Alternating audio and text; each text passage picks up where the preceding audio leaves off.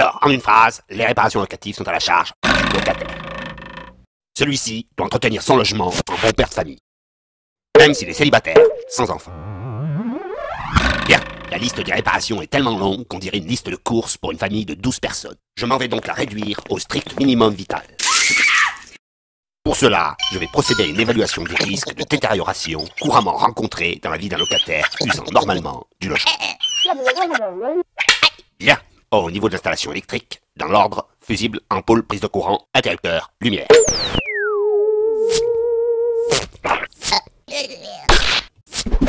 Oh, être ou ne pas être, telle est la question. Oui, excusez-moi, je voudrais pas déranger, mais il y a des questions plus importantes. Hein, comme par exemple, est-ce qu'il y a des réparations locatives qui ne sont pas à la charge du locataire? Oui, tout à fait. Certaines réparations ne sont pas à la charge du locataire. Pourquoi? Eh bien, tout simplement parce que celles-ci auraient dû être effectuées avant d'entrer dans les lieux. Et bien entendu, propriétaires et locataires peuvent s'entendre sur certains travaux en contrepartie d'une réduction temporaire du loyer. Et il y a aussi les réparations concernant les dégâts dus à une force majeure, comme les dégâts dus à une tempête, ou bien à usure normale. Il était une fois, dans un appartement paisible du centre-ville de Malfaçon, un locataire, Gérard. Il vivait des jours heureux, avec son chat, son cochon et son petit roquet. Un jour où il vaquait à ses tâches quotidiennes, il s'aperçut d'un vice caché,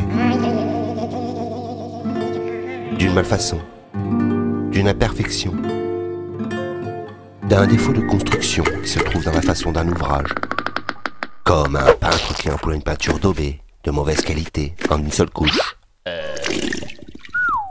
Un chef de chantier qui emploie un ouvrier bourré. Putain, mais t'es bouché ou quoi, Ben connard? ouais, tu trouves un truc à boire. Tous ces vices cachés étaient là bien avant son installation. Eh bien Gérard, tu aurais dû être un peu plus vigilant quand tu as fait l'état des lieux d'entrée. Eh oui.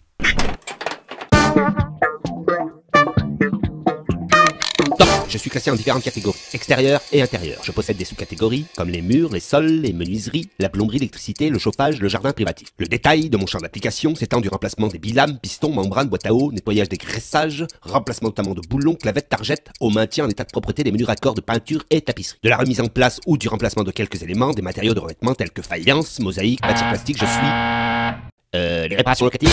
Oui, bravo Gérard, et regardez ce que vous avez gagné. Eh bien, vous gagnez cette magnifique caisse à outils bien remplie qui vous servira peut-être à resserrer les boulons, démonter les targettes et qui sait peut-être entretenir votre logement. Et vous partirez les bras bien chargés puisque nous vous offrons aussi cette magnifique collection de vidéos animées aux éditions Urclage.